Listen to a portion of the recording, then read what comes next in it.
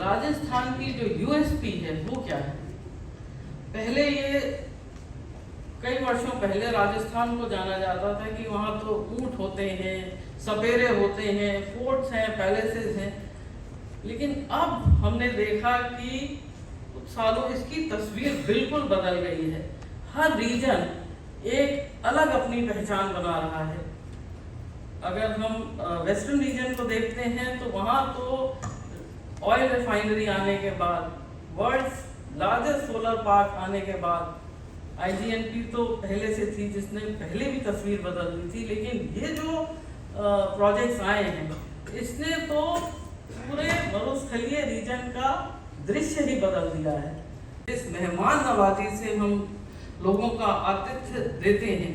जैसे हम जब भी दिल्ली में बैठते हैं या किसी और प्रदेश में बैठते हैं और कहते हैं कि हम राजस्थान में नौकरी कर रहे हैं, तो सबसे पहला जो रिएक्शन होता है व्यक्ति, अरे वो इतना खूबसूरत प्रदेश है, आप कितने लकी हो कि आप जो है राजस्थान जैसे प्रदेश में नौकरी कर रहे हैं। क्या हमें वहाँ कोई ज़मीन मिल सकती है या हमें कोई ऐसे लोगों से आप संपर्क करा सकते हैं कि हम जो है अपना बिजनेस शुरू कर दें। ये अपने आप पे बहुत बड़ा इंडिकेटर है कि यहाँ की गवर्नेंस, यहाँ का ह्यूमन एलिमेंट, यहाँ का हैप्पीनेस इंडेक्स और यहाँ का बाहर के लोगों को स्वीकार करना और ऐसी इनेबलिंग एनवायरनमेंट देना जिससे व्यक्ति जो है इन्वेस्टमेंट करने में उसको खुशी हो और एक जिसे कहते हैं कि होलसम एक्सपीरियंस उसे मिलता है, चाहे वो टूरिज्म हो।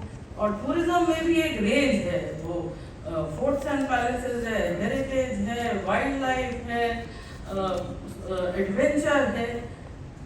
जब हम टूरिज्म का रोड शो करते थे तो जब हमें आधा घंटा दिया जाता था तो हम कहते थे कि हमें कम से कम 2-3 घंटे दीजिए, तब हम जो है राजस्थान के पर्यटन को हम जस्टिफाई कर पाएंगे। इसी तरह मैं कहना चाहूँगी कि आज तो समय कम है, नहीं तो अगर हम इन्वेस्टमेंट के ऊपर जो एनवायरनमेंट बिल्डिंग राजस्थान में हुई, अगर उसके लिए हमें सही मायने में प्रेजेंटेशन करनी हो तो कम से कम 4-5 घंटे हमें चाहिए कि हम जिलेवार चलें कि हर जिले में क्या क्या जो है रिसोर्सेज हैं जिनको कि एक्सप्लॉइट किया जा सकता है और किस तरह की इन्वेस्टमेंट वहाँ आ सकती है।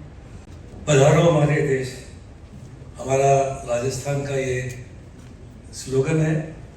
यहाँ पर इस कार्यक्रम में जो राजस्थान सरकार और सीआईआई ने मिलकर करा है, इन्वेस्टर समिट और एमओयू साइनिंग जो सेरेमनी है, उसमें आए हुए सभी आगंतुकों का बहुत बहुत स्वागत है। आज के इस कार्यक्रम के हमारे मुख्य अतिथि और राजस्थान के विकास पुरुष यशस्वी मुख्यमंत्री श्री अशोक गहलोत जी, राजस्थान की उद्योग मंत्री श्रीमती शकुंतला रावत जी, राजस्थान की चीफ सेक्रेटरी जिनका भी आप भाषण सुन रहे थे श्रीमती उषा शर्मा जी, यहाँ पर उपस्थित अंशुमन जी, गौरव रूंगटा जी, माधव सिंघानिया जी, कुलदीप राका जी, मंच पर उपस्थित सभी महानुभाव और यहाँ पर उपस्थित सभी पूरे देश से आए हुए हमारे इन्वेस्टर साथी, व्यापारीगण और मीडिया प्रेस के सभी साथियों। जब आप छठे नंबर पर बोलने के लिए आते हैं तो विशेषता बताने के लिए बहुत कम बच जाती हैं। तो मेरे पूर्व वक्ताओं ने आपको राजस्थान के बारे में बहुत विस्तार से बताया। सबसे महत्वपूर्ण बात यह है कि राजस्थान देश का सबसे बड़ा भूभाग है। पूरे देश की जो हमारी भौगोलिक स्थिति है उसमें 10% 10 जो परसेंट है वो राजस्थान के पास है। और एक समय में जो मरु प्रदेश था और जिसकी वजह से कहा जाता था कि ये पिछड़ा हुआ राज्य है, वहाँ पे एग्रीकल्चर कम होती है, पानी कम होता है, लेकिन सूर्य देवता की कृपा और जो हमारे पास विंड एनर्जी, सोलर एनर्जी है, उसकी वजह से राजस्थान ने पूरे देश के अंदर अपना नाम कमाया है। और गौरव रूंगटा जी, शुभ्रा सिंह जी, माधव सिंघानिया जी, अरुण मिश्रा जी, दीपक सेठी जी, ओम कसेरा जी, समस्त मंचासीन नेतागण, मीडिया के सभी बंधुगण और मेरे सामने बैठे हुए सभी इन्वेस्टर्स जो आज के प्रोग्राम की शान हैं।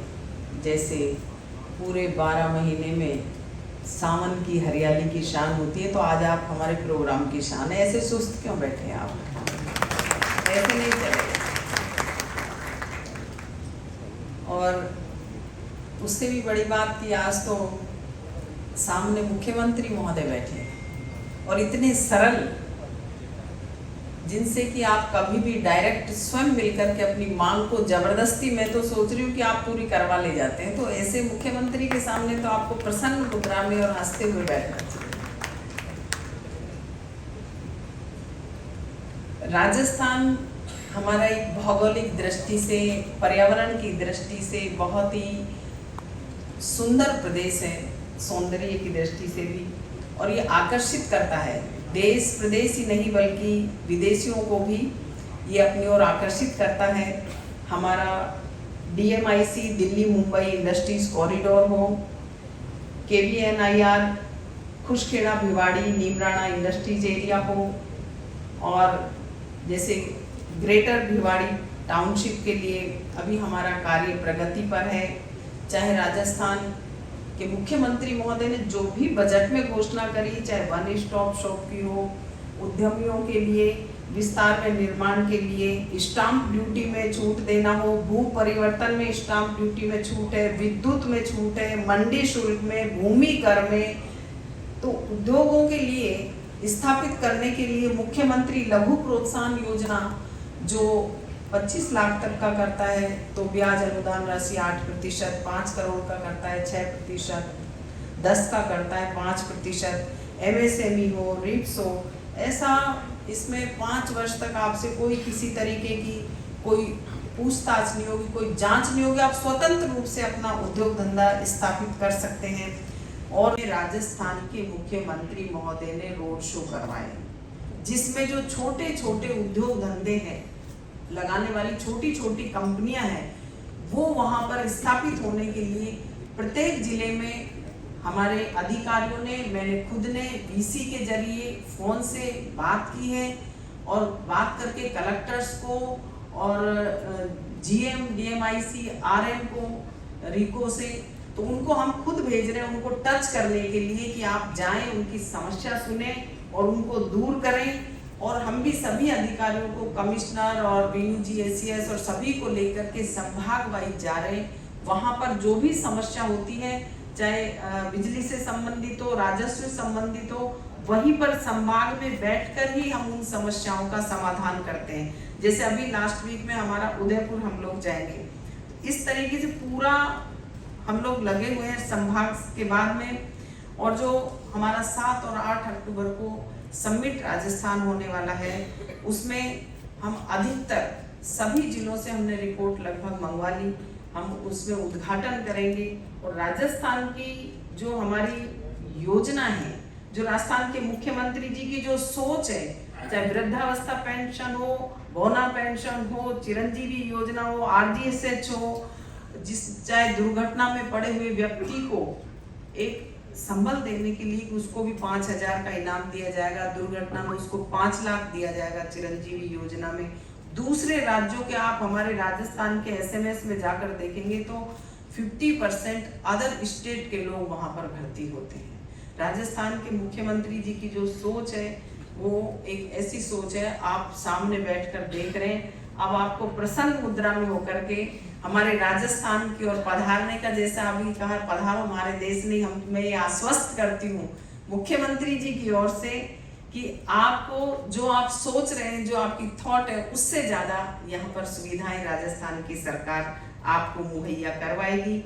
और मैं जो इन्वेस्टर्स हैं उनसे 1 मिनट का मेरी तरफ से और बोलूँगी, इस लाइन से अलग हटके, कि आप किसी भी पद पर पहुँचे, किसी भी पोस्ट पर पहुँचे, लेकिन अपने पेरेंट्स से 24 घंटे में 10 मिनट के लिए जरूर बात करें। मेरा ये आप सभी से निवेदन है, महोदय के लिए कहूँगी, लेकिन आप इतने सुस्त नहीं बैठे।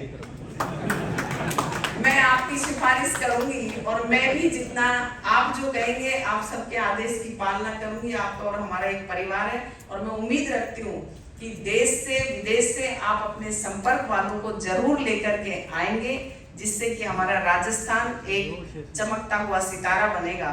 मैं 2 लाइन कहूंगी। मैं वो तारा नहीं जो आसमान से टूटकर जमी पर गिरूं, मैं वो तारा नहीं जो आसमान से टूटकर जमी पर गिरूं। मैं सूरज सा प्रकाश हूँ, मैं सूरज सा प्रकाश हूँ, धरा के हर कोने को रोशन करूं।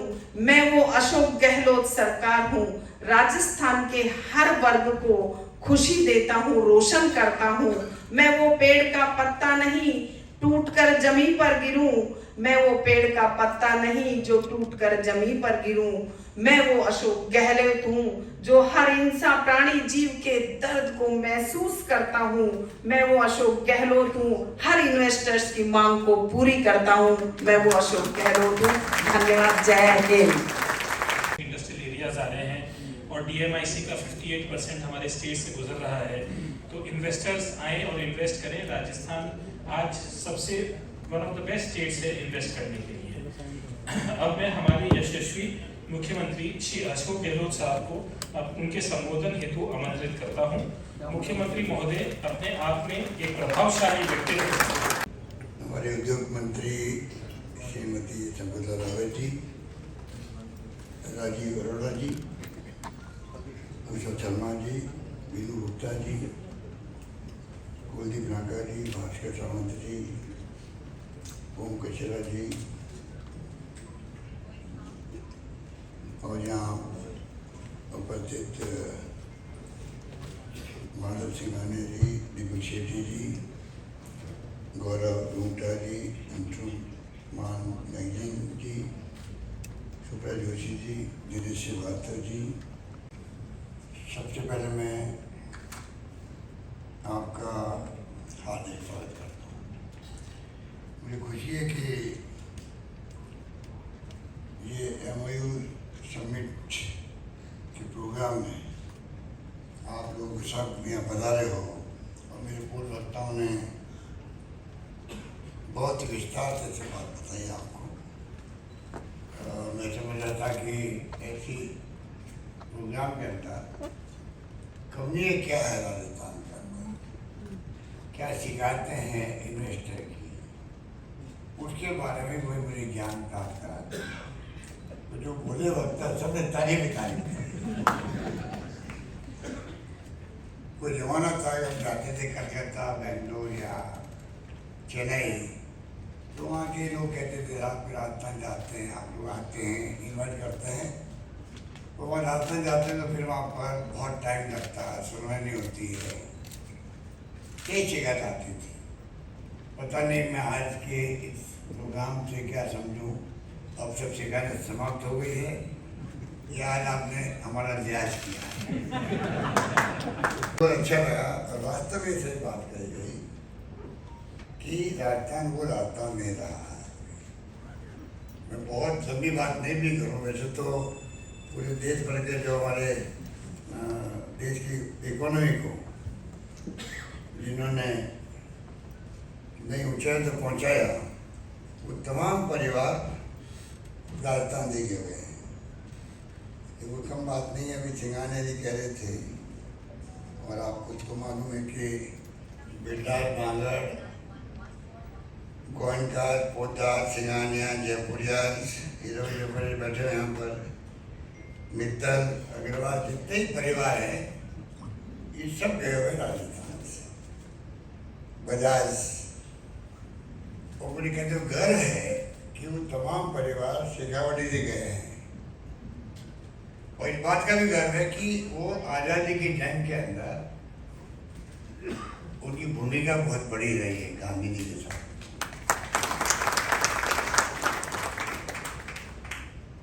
चाहे जीजी बाबू बिरला हो, चाहे बजाज हो, चाहे पोद्दार हो, कई ऐसी फैमिलियाँ थी जो उस वक्त उन्होंने भूमिका अदा करी फ्रीडम फाइटर के रूप में। और आज भी वो आज़ादी के बाद में भी आज भी देश में वर्चस्व काफ़ी हद तक उन घरानों का है। तो राजस्थान तो उस वक्त गए थे तो आकाश होके पढ़ते थे, इसलिए गए थे। पर एंटरप्रेन्योरशिप देखिए आप उस जमाने की कि उन्होंने जाके मेहनत करी वहाँ और जाके देश दुनिया के अंदर नाम पैदा किया। उस वक्त में वास्तव में मैं खुद देख रहा हूँ कि अकाल सूखे पड़ने लगते थे वहाँ पर। अब बिल्कुल सिनेरियो बदल गया है, मानसून का मिजाज बदला है साथ में, और साथ के अंदर इसकी वजह से आ गई, जैसे डॉक्टर मनमोहन सिंह जी ने, सोनिया गांधी ने नरेगा जो लागू किया, उसके बाद में वो प्रॉब्लम अब नहीं रही, हाहाकार वाली नहीं रही। और साथ में 210 कॉलेज खोली है 94 और लड़कों जहाँ संख्या लड़कियों की होगी पढ़ने वाली राजस्थान के अंदर कॉलेज के अंदर, ये मेरे देखते देखते हुआ 20 साल पहले मैं जब CM बना, 22 साल पहले पहली बार, तब बहुत पीछे थे गर्ल्स एजुकेशन में भी, आज तक बदलाव आ गया। सिर्फ एक फैसले से कि मैंने ओपन कर दिया प्राइवेट सेक्टर को एजुकेशन के अंदर। पहले हमारे बच्चे महाराष्ट्र कर्नाटका में जाते थे, अब इंजीनियरिंग कॉलेज हो चाहे मेडिकल कॉलेज हो, कोई कॉलेज हो। आज पहले जब मैं CM बना तो 6 यूनिवर्सिटी थी, आज वहाँ 85 यूनिवर्सिटी है राजस्थान के अंदर, 85। और तो Rajiv Gandhi centre for advance technology, या एडवांस टेक्नोलॉजी के IT सेक्टर में बच्चे को रहे हैं, क्लासेज लग रही है, बड़ी इंस्टीट्यूट खड़ी की है। और एक Rajiv Gandhi finance and technology fintech university आ रही है, करीब 600 करोड़ की होगी वो, जोधपुर के अंदर, और जल्दी उसका काम शुरू होने वाला। ये मेरी बजट घोषणा है। आप सब बैठे, मैं आपको मानता हूँ कि समाज के अंग भी हैं, इंडस्ट्रीज तो हैं, पर आपकी भूमिका ही हमेशा रही है, आज़ादी से पहले भी, आज़ादी के बाद में भी। चाहे सरकार किसी पार्टी की हो, उसको डायरेक्शन मिलता है, वो भी मैं समझता हूँ कि उद्योग जगत से भी मिलता है, क्योंकि उनकी एक अलग वारा होता है। और कई बार राहुल बाजार तो दे रहे अभी दुनिया में, ऐसे लोग भी हैं जो कि खरी खोटी सुनाने में कभी भी नहीं लगते, और वो होना चाहिए। जो आज शायद कम है वो तो हिम्मत कर गए, बाकी हरे की हिम्मत होती नहीं, क्योंकि राज वो कर रहे हैं। अभी देश में राज ED का है, इनकम टैक्स का है और CBI का है, और उसके माध्यम से सरकार चल रही है। तो सब लोगों के मुंह पे जो है ताले लगाए कहूँ या क्या कहूँ मुझे पता नहीं, मन में सब सोच रहा क्या हो रहा है, पर बोलने हिम्मत कोई नहीं कर रहा है। राहुल बाजार था जिसने खरी खोटी ये सब सुनाई, पूरे देश उनका कायल हो गया था।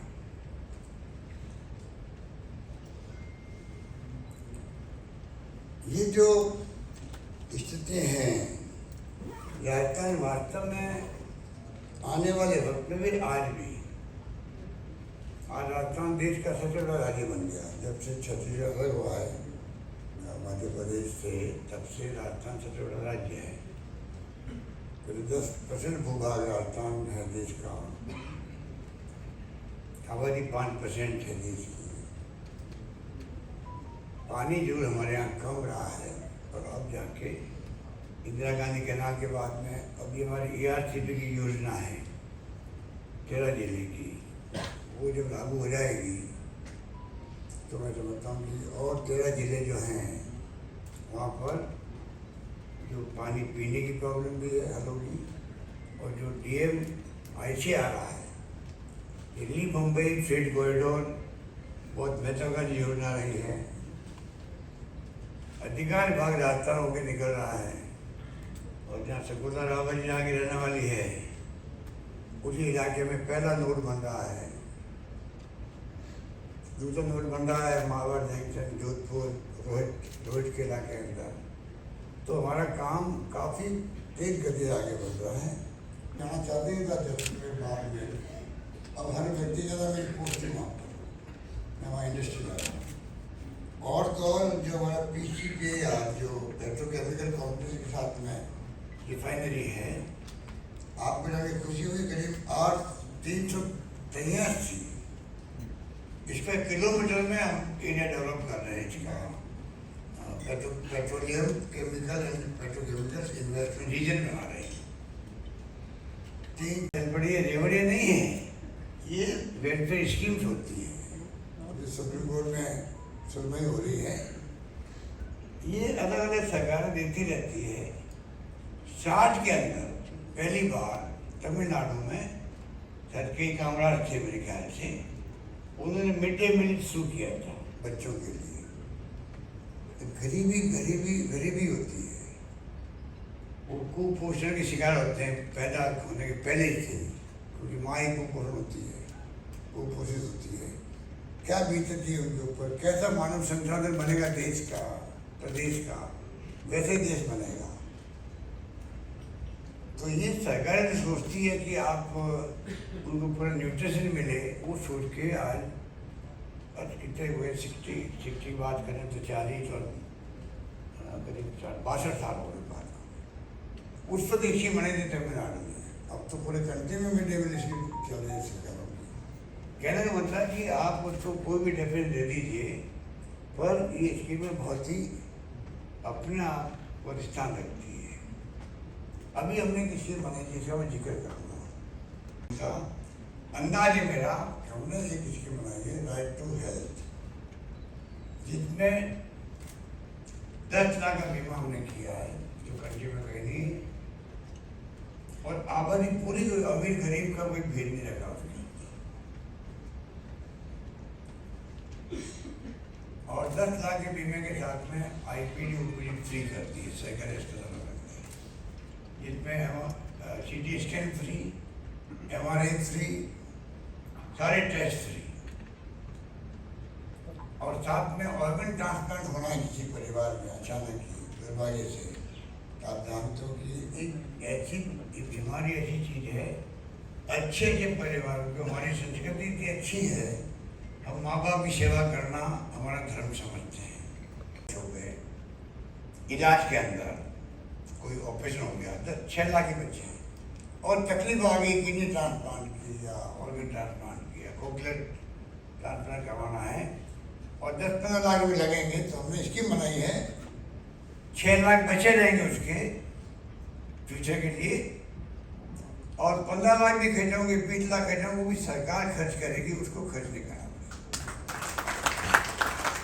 पड़ेगा। पूरा खर्चा जो है वो इस योजना के अंतर्गत उसका इलाज कर रहा था, और साथ में जोड़ दिया 5 लाख का एक्सीडेंट बीमा। एक्सीडेंट का मतलब खाली रोड एक्सीडेंट नहीं, आज बरसात में बहुत बच्चे डूब गए पानी के अंदर, तैरते हुए डूब गए या कई बार ऐसे डूब जाते हैं, ज़्यादा बरसात थी तो 5 लाख रुपये उनके घरों में पहुँच गए। 5 लाख रुपये वो तमाम तरह की हमारी योजना है। करीब 100 से अधिक योजना हमारी है, जो कि ई-मित्र बने हुए गाँव में कंप्यूटर से सब सर्विस देते हैं। करीब 80,000 बने हुए हैं उनके माध्यम से। तो वो मोबाइल फ़ोन का मतलब आप एम्पावरमेंट कर रहे हो महिलाओं का। तो मैं सब्जेक्ट से हटके आपको कुछ बातें मैंने वेलकम किया हो सकते हैं। तो तमाम जो सोलर में नंबर 1 है राजस्थान देश के अंदर। सोलर के अंदर हमारा जो बहुत बड़ा 14,000 एकड़ के अंदर जो है पूरे वर्ल्ड का सबसे बड़ा सोलर पार्क बना है, जोधपुर जिले के अंदर भड़ला के अंदर बना है। इस प्रकार से सोलर पार्क और बन रहे हैं, सभी बड़ी बड़ी कंपनियाँ आ रही हैं। आगे मेरे ख्याल से मुझे होगा उसमें 2-3 सोलर प्लांट के भी हैं। तो तमाम तरह से हम देखें, जब मैं पहली बार सीएम बना था 2 मेगावाट से मैंने शुरू किया था विंड एनर्जी का, जिससे नहीं जानता छोटकौन कंपनी कोई थी। आज करीब 5,000 मेगावाट आपका विंड में है राजस्थान में। बदलने का सरकार गिराने का मौसम आ गया देश के अंदर पहली बार आज़ादी के बाद में, जो पहले नहीं था। अब तो सरकार ने गिराया कैसे और बनाए कैसे, एक नया मॉडल पैदा कर दिया सरकार ने। चाहे वो कर्नाटक हो, चाहे वो मध्य प्रदेश हो, चाहे महाराष्ट्र हो। अभी भी आज छापे पड़ रहे हैं झारखंड के अंदर मुख्यमंत्री के खास आदमी के घर पे। दिल्ली में छापे पड़ रहे हैं, देख लिया आपने। तो नए युग की अभी एक माहौल में चल रहा देश। आप लोगों की अपनी मजबूरियाँ हैं कि मैं ज़्यादा नहीं कहना चाहूँगा कि ये मालूम निकल जाए कि उस अशोक गहलोत की मीटिंग में कौन कौन इंडस्ट्री गया था। ये कहीं मालूम नहीं पड़ रहा है और मुसीबत खड़ी हो जाएगी। रवि मेरे लिए आपके लिए विशेष कह रहा हूँ, ज़्यादा आप भी चमक दमक में हो। तो इसलिए पर ये डेमोक्रेसी के बावजूद भी है संविधान डेमोक्रेसी। अगर ये नहीं रहेगी तो फिर कैसे देश रहेगा। 75 साल में गर्व होना चाहिए कि भाई डेमोक्रेसी मजबूत रही देश के अंदर। कम बात है, पाकिस्तान हमारे साथ आज़ाद रहा, 2 टुकड़े हो गए उसके, सैनिकों का शासन बर्बाद हो गया। हमारा इतने बड़ा आबादी का मुल्क है, 135 करोड़ की आबादी का, तब भी हम लोग यहाँ पर इंदिरा गांधी की जान चली गई, फिर खालिस्तान नहीं बनने दिया। राजीव गांधी शहीद हो गए, सरदार बेनजी जी शहीद हो गए, देश नाबूद कर दिया आतंकवाद का। आप मेरे क्यों मालूम होगा कितनी हत्या होती थी उस जमाने के अंदर। तो आज 75 साल में हम लोगों ने बहुत कुछ किया है, बहुत लंबा सफर तय किया। बहुत हमें घर होना चाहिए। जो अमृत महोत्सव मना रहे हैं तो उसका घर भी हम महसूस कराते हैं लोगों को, नौजवान पीढ़ी को। तब जा करके मैं समझता हूँ कि नई पीढ़ी तैयार होगी आगे आने वाले ज़माने के लिए, वो फिर देश का निर्माण करेंगे। अपने इस बात का एहसास आपको है कि राजस्थान में डेस्टिनेशन अच्छा है राजस्थान, इसलिए आपने ऑनर मंजूर किया, आप आए हो। और कुछ कमियाँ बताएंगे आप लोग, उसके लिए आप कहेंगे तो अलग से मीटिंग रख लेंगे। हम तो कमियाँ सुनना चाहते हैं, तो कम से कम हम उसको और सुधार करेंगे। ये सरकार की हमारी पॉलिसी है और उसी रूप में मैं समझता हूँ कि आने वाले वक्त में हम लोग जब कभी मिलने का मौका मिलेगा, और मिल रहा मौका आपको 7-8 तारीख है अक्टूबर की, जिसमें राजस्थान उत्तर में आप सबको इन्वाइट कर रहा हूँ। आप सब पधारो वहाँ पर और वहाँ बैठेंगे, बातचीत करेंगे आपसे राजस्थान में और किस पर इन्वेस्टमेंट आ सकता है। जैसा आप लोगों ने देखा, मेरे ख्याल से इंडिया में शायद एक ही मुख्यमंत्री होंगे जो ये बोल रहे हैं कि आपको क्या तकलीफें हैं आप आके बताएं, और सरकार उसके लिए ओपन है सुनने के लिए और उसको सॉल्व करने के लिए। और ये आई थिंक सबसे अच्छा टाइम है उस सब प्रवासी राजस्थानियों के लिए कि वो वापस राजस्थान आएँ और राजस्थान के अंदर इन्वेस्ट करें। जो पॉलिसीज़ और एनवायरनमेंट अभी राजस्थान के अंदर है, सरकार कटिबद्ध है कि 100% बजट इम्प्लीमेंटेशन हो जो भी पॉलिसीज़ अनाउंस की गई हैं। और राजस्थान मेरे ख्याल से one of the first states है जो इतनी पॉलिसीज़ अनाउंस कर रहा है for the first time.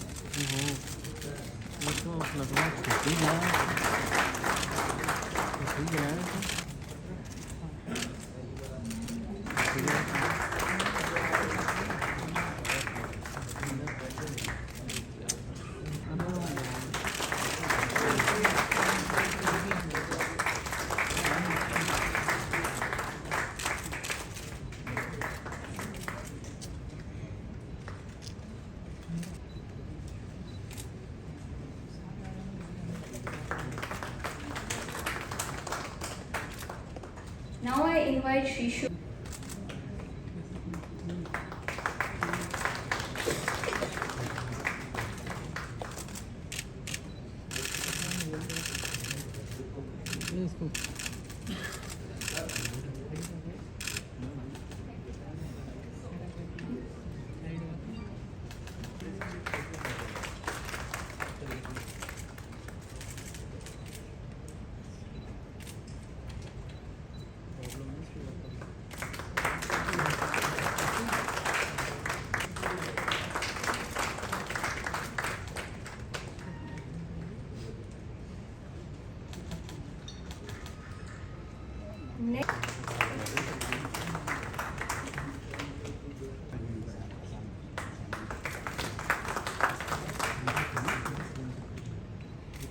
The next MOU is also again.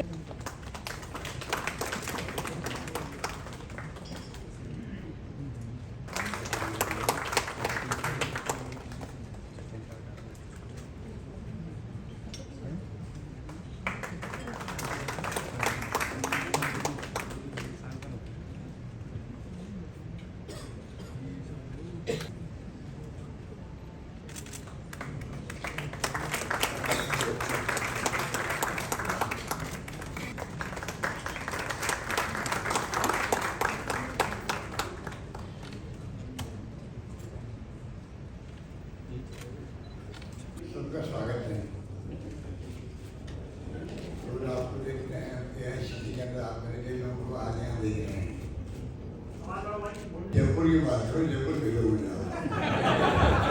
सब बातें तो मैंने कर दी आपके लायक, आधा काम नाम के मैं नहीं कर देता। और बाकी इन्वेस्टमेंट का माहौल राजस्थान में अच्छा बना हुआ है। करीब आज समय 11 लाख करोड़ के तो MOU हो गए हैं। सितंबर में 1 लाख करोड़ और होने की संभावना है सितंबर में, और बाद में 7-8 तारीख को अक्टूबर को जो इन्वेस्टर राजस्थान होगा उसमें और कई इन्वेस्टर आएंगे, उम्मीद है। बाकी बातें जो आपको हमारे साथी ने बोली, आपको याद कहा है, वही है कि राजस्थान में लॉ ऑर्डर की स्थिति अच्छी है, लेबर इंटरेस्ट नहीं है, इन्वेस्ट करने का माहौल है, क्योंकि हमने सिंगल विंडो सिस्टम बना दिया सिस्टम, तो इस प्रकार से इजी हो गया बिजनेस करना, इन्वेस्टमेंट करना, और हर सेक्टर आ गया, टेक्निकल आ गया, कि पावर सेक्टर हो चाहे वो अन्य सेक्टर हो। रिफाइनरी बहुत बढ़िया आ रही है हमारे यहाँ पर, और हैंडीक्राफ्ट में बहुत आगे बढ़ रहे हैं। टेक्सटाइल में अलग वहाँ पर बीरवाड़ा सहित कई जोन बने हुए हैं। तो हर सेक्टर में मैं समझता हूँ बड़ी बड़ी कंपनियाँ, सेंट गोविंद की तरह कंपनियाँ आई हुई पहले से ही। फाइनल राजस्थान जो है पहले आकाश सुबह पड़ता रहता था, अब जो एजुकेशन इंस्टीट्यूशन वहाँ काफ़ी आ गए हैं, प्राइवेट सेक्टर भी पब्लिक सेक्टर भी। हमारे यहाँ गवर्नमेंट सेक्टर के अस्पताल भी आपको मिलेंगे शानदार। इतनी सेवा की है हम लोगों ने दूसरे राज्यों की भी, जो आ गया कोरोना के अंदर हमारे दरबार खुले रहे, आज भी हम लोग सेवा कर रहे हैं। हमारी जो स्कीम चिरंजीवी योजना, अगर आप चाहें तो पूरे कंट्री में हम चाहते हैं, अभी मोदी जी को लाल किले में कहना पड़ा है कि स्वास्थ्य सेवाओं का विस्तार करेंगे। उनको मालूम है राजस्थान सरकार ने इतना बड़ा कदम उठा लिया जो कंट्री में कहीं नहीं है कि आप पूरा इलाज फ्री हो रहा है। तो कहने का मतलब ये कि राजस्थान माहौल जो है वो इन्वेस्टमेंट फ्रेंडली बन चुका है, उसका लाभ आने वाला उठाएगा। नहीं, हमारी तो पॉलिसी क्या, पॉलिसी हमारा तो गवर्नेंस का हमारा फर्ज बनता है, अच्छी गवर्नेंस देने। लगे हुए 4 बजट हमारा आए हैं, बहुत शानदार आए हैं, और आगे एक बजट और आएगा, तैयारी हमने अभी शुरू कर दी है अभी से ही। तो आप सोच सकते हो हम कितने गंभीर हैं।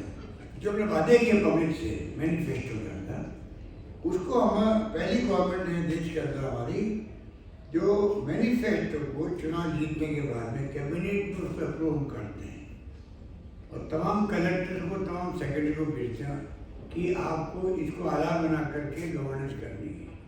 ये हम लोग अकेले हैं देश के अंदर जो हम लोग मैनिफेस्टो को इतना महत्व देते हैं।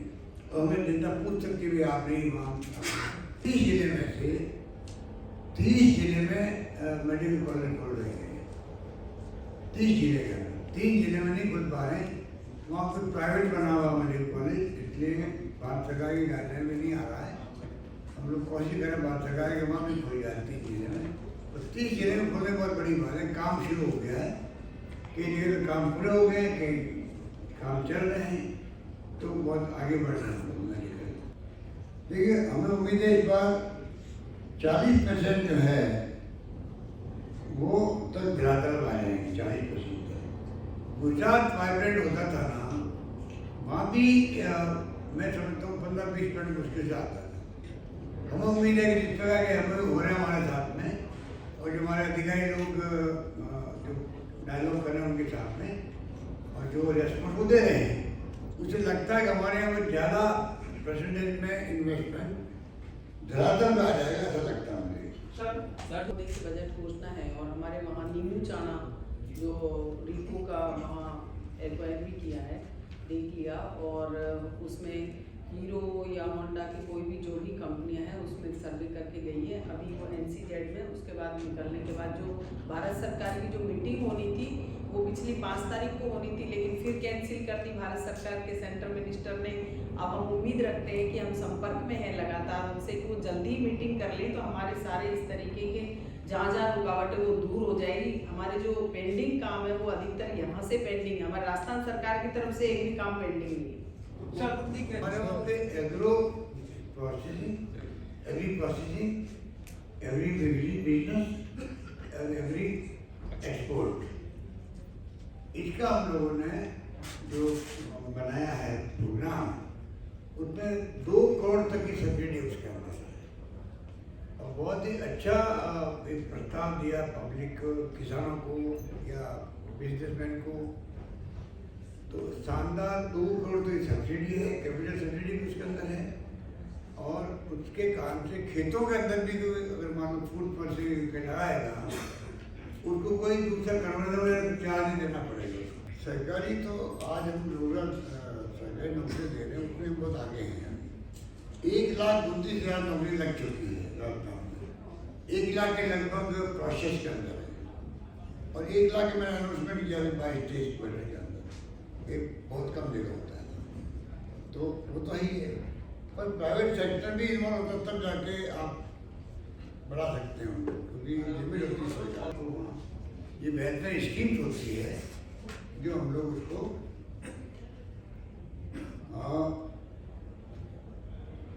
रेवड़ी कल्चर तो प्रधानमंत्री जी ने पता नहीं क्यों बोल दिया है, क्योंकि उनकी स्कीमें भी कई उसी कैटेगरी में आती है। उनकी खुद की स्कीमें जो किसानों को दे रहे हैं, चाहे वो PDS के अंदर गेहूँ बांट रहे हैं, वो उसी के अंदर आती है। पता नहीं उनके क्यों वो एक कल्चर दी अचानक की। और मैं समझता हूँ कि अब उसमें सुप्रीम कोर्ट भी डिस्कस कर रहा है। चुनाव के अंदर 2 बातें देखिए। एक तो आप बेहतर स्कीम लागू करते हो, उसमें किसी को अधिकार नहीं होना चाहिए और जुडिशरी को भी उसके अंदर इन्वॉल्व नहीं होना चाहिए। चुनाव के दरमियान चलते हो, चुनाव में अगर आप कोई चीजें बांटते हो, कई बार ऐसी शिकायत आती है, आपको मालूम है, वो गलत काम, वो कानून विरुद्ध काम है। चुनाव चल रहा है, आप उनको लालच दे रहे हो चुनाव जीतने के लिए, वोट लेने के लिए, वो गलत है। अदरवाइज अगर मान लीजिए आप कोई स्कीम बनाते हैं, ये आपकी वित्तीय प्रबंधन में निर्भर करता है हर राज्य की। नंबर 3 मैं कहना चाहूँगा कि जो आप कह रहे हैं, कर्जा जो है गवर्नमेंट, कोई राज्य सरकारें कर्जा नहीं ले सकती बिना परमिशन के। भारत सरकार की, भारत सरकार के बगैर परमिशन आप 1,000 रुपये कर्जा नहीं ले सकते हो। भारत सरकार का एक बना हुआ FRBM एक्ट है, 2005 का एक्ट है, उसके अंतर्गत भारत सरकार आपको देती है, परमिशन देती है। उसके आप FRBM एक्ट को आधार बना के आप वित्तीय प्रबंधन करते हैं और परमिशन वो देती है जो उनका फॉर्मूला है, तब आप कर्जा ले सकते हो। इसके मानने ये हो कि आप चाहो तो ही कर्जा लेके, ऐसा नहीं आप एक तरफ मर्जी से कर्जे लेके बांट रहे हो, रेवड़ी बांट रहे हो, ये हो ही नहीं सकता। उस पैरामीटर में आपकी अगर क्षमता है तो आप अलग अलग घोषणा, कोई राज्य कुछ करेगा, कोई राज्य अपनी घोषणा करेगा, अलग बात है। हाईकमान में 2 जिम्मेदारी दे रखी है। एक तो गुजरात का सीजन बना दिया ऑब्जर्वर, वो मैं दूसरी बार जाके आऊँ निभा रहा हूँ, ठीक है। एक ड्यूटी में निभा रहा हूँ जो मुझे मुख्यमंत्री पद के रूप में सौंपी गई है। उसके लिए मैं कोशिश कर रहा हूँ कि इतनी बेहतर स्कीम हमने दी है, इतनी अच्छी गवर्नेंस दी है, हमारी सरकार वापस रिपीट कैसे हो गुड गवर्नेंस से। और उसी ढंग से हम लोग प्रबंधन कर रहे हैं। शानदार माहौल है। राजस्थान में एंटी इंक्यूमेंट्री फैक्टर भी नहीं है।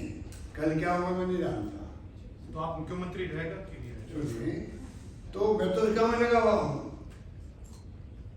एक बार प्रधानमंत्री नरसिम्हा जी ने कहा था मनमोहन सिंह जी को, उन्होंने कोई सुझाव दिया होगा अपना, तो उन्होंने कहा मैं अपना काम कर रहा हूँ, आप अपना काम कर रहे हो, मैं तो मेरा काम कर रहा हूँ और आप अपना काम कर रहे हो। आप मुझे पूछ रहे हो बार बार तो मीडिया की ड्यूटी है, पर मैं तो मानता हूँ मुझे जो काम किया था मैं कर रहा हूँ और पूरी ईमानदारी निष्ठा के साथ में प्रतिबद्ध होकर कर रहा हूँ। बताइए करा भी कर रहा हूँ। आपने इंटरव्यू दिया उस दिन, उसके बाद कोई बात बचती है क्या? उस इंटरव्यू का वापस चला दो या आज मान दो तो ये काम किया जाएगा। लगभग 40,000 करोड़ की योजना है। हम चाहते हैं कि योजना टाइम में पूरी हो। प्रधानमंत्री मोदी जी ने जयपुर में अजमेर में 2 बार वहाँ घोषणा कर रखी है इसको राष्ट्रीय परियोजना बनाने के संदर्भ के अंदर कि सकारात्मक रूप रखेंगे। पूरी स्कीम को उन्होंने एक्सप्लेन किया प्राइम मिनिस्टर ने कि चुनाव चल रहे थे अब हम कहते हैं वो राष्ट्रीय परियोजना घोषित आप जल्दी करो, वो उसमें अभी तक कोई घोषणा हुई नहीं है और हमारी मांग ये लगातार बनी रहेगी और हम काम को रोकेंगे नहीं। पता नहीं भारत सरकार ने क्यों कह दिया कि आप काम को रोक दीजिए, जो गलत है। या संघीय ढांचा देश के अंदर है, वहाँ तो किसी राज्य को जो विषय भी पानी का राज्यों का है, कैसे कह सकते हो आप रोक दो इसको, हम रोकेंगे नहीं इसको। 9,000 करोड़ रुपये मैंने सैंक्शन किया अभी इस बजट के अंदर उस योजना के लिए, हमारा काम जारी रहेगा, मांग हम लगातार करते जाएंगे और पूरे राजस्थान के 13 जिलों में बहुत बड़ा भयंकर आक्रोश पैदा हो रहा है लोगों को कि भाई आपने वादा किया क्यों नहीं निभा रहे आप लोग। 13 जिले के पीने के पानी का संकट है वहाँ पर, 2 लाख हेक्टेयर जमीन का इरिगेशन होगा, उस पर हम लोग लगातार दबाव बनाए हुए केंद्र सरकार का। अनफॉर्चुनेटली जो मंत्री हमारे राजस्थान के ही हैं, उनको चाहिए कम से कम जाके प्रधानमंत्री जी की बात करके एक योजना, जो 16 योजना है देश के अंदर राष्ट्रीय परियोजनाएं, तो एक योजना राजस्थान की एक भी नहीं है, उसको घोषणा करने में क्या तकलीफ आ रही है।